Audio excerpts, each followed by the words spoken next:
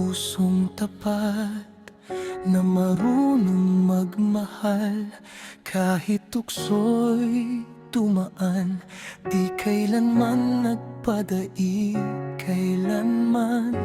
Ngunit habang lumilipas, may sugat na naiwan sa bawat relasyong nagwakas. Siya'y muling nasasaktan. Maraming gabing nagdaan na luhay walang pangalan. Bakit puso'y nasasaktan kung wala namang kasunduan?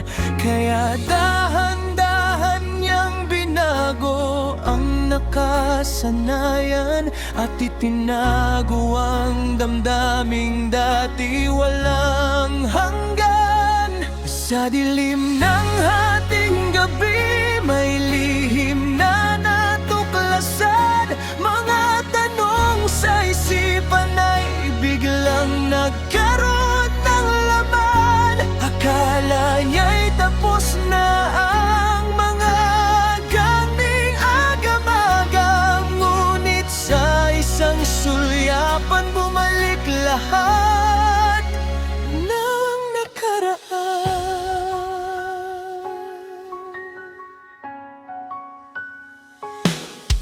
May isang taong minsan ay gumulo sa kanyang buhay, parang hangin dumaraan, mahirap hulihin at sabayan.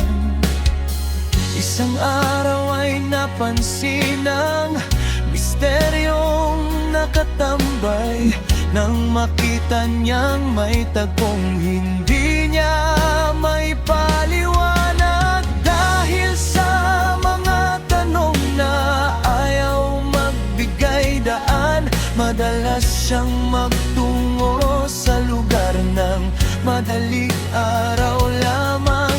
Hanggang sa may isang kaibigang naging malapit sa kanyang buhay, ngunit may mga lihim pa ring nananatiling nakatago sa liwanag. Sa dilim ng hating gabi, may lihim na natuklasan.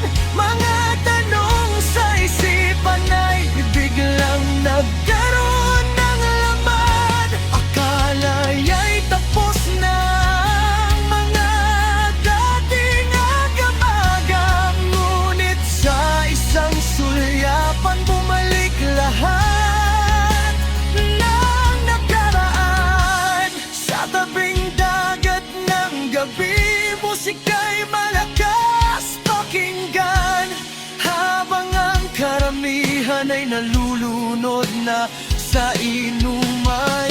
Siya'y nakahiga lamang sa tabi ng palanguyan, pinakikinggan ang alon at katahimikan ng buwan. Ngunit may aninong gumalaw mula sa dilim na daanan. Mula sa isang silid ay dahan-dahang nilakaran, nakatapis ng tuwalya, mukha'y di